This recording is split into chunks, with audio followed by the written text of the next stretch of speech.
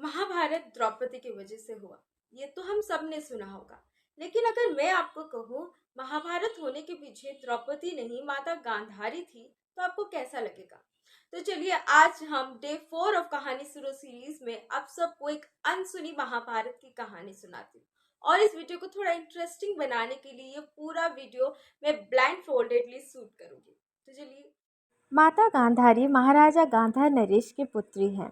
ऐसा कहा जाता है जब भीष्म पितामह ने कुरुवंश के राजा धृतराष्ट्र की शादी के लिए गांधार नरेश से उनकी बेटी गांधारी का हाथ मांगा, ये जानते हुए भी कि धृतराष्ट्र अंधे हैं, महाराजा गांधार ये रिश्ते के लिए मना ना कर पाए, क्योंकि कुरुवंश उस समय एक बहुत बड़ा राज्य हुआ करता था।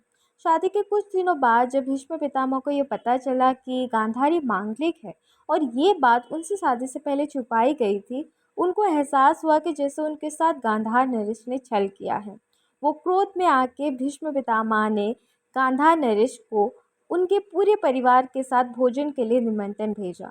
गांधार नरेश जब उनके परिवार के साथ आके हस्तिनापुर पहुंचे, भीष्म पितामह के आदेश अनुसार उनको कारावास की सज़ा सुनाई दी गई और रोज़ उनको सिर्फ एक मुट्ठी चावल दिया जाता था। भोजन के लिए एक मुट्ठी चावल इतना कम था कि सबके हिस्से में बस एक दाना चावल का पड़ता था। भूख के कारण एक एक करके सबकी मृत्यु होने लगी। गांधारी के भाई और गांधार के युवराज शकुनी को जीवित रखने के लिए सबने अपने हिस्से का चावल भी शकुनी को दे दिया।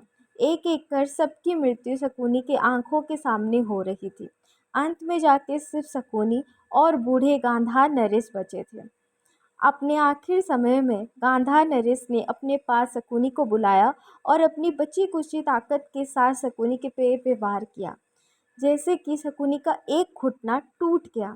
पिता के इस व्यवहार को शकुनी समझ ना पाए और उनको ये सब करने के पीछे का कारण पूछा, जिसके जवाब में गांधार नरेश ने कहा कि उनको उनके पूरे परिवार के मृत्यु का बदला लेना है। आगे चल के कहीं वो ये सब भूल ना जाए, इस वजह से उन्होंने ये सब किया ताकि प्रत्येक कदम पे उनको ये एहसास हो कि उनको जीवित रखने के लिए कितने लोगों ने अपनी ज़िंदगी की कुर्बानी दी है। शकुनी फिज़िकली कमज़ोर तो हो गए, पर इसके साथ गांधार नरेश ने उनको एक पावर भी दिया। गांधार नरेश ने ये कहा कि जब उनकी मृत्यु हो जाए तो उनके शरीर को जला ना कर उनके हड्डियों से पासे बना दिए जाए। ये पासे हमेशा शकुनी की इच्छा अनुसार चलेंगे और हम सबको पता है कैसे उस खेल में इन पासों की वजह से पांडवों ने अपना सब कुछ हार दिया और अंत में अपनी पत्नी द्रौपदी भी। इसके चलते भीषण युद्ध हुआ। महाभारत जैसा युद्ध कौरवों और पांडवों के बीच हुआ, जिसके अंत में कुरुवंश का नाश हो गया।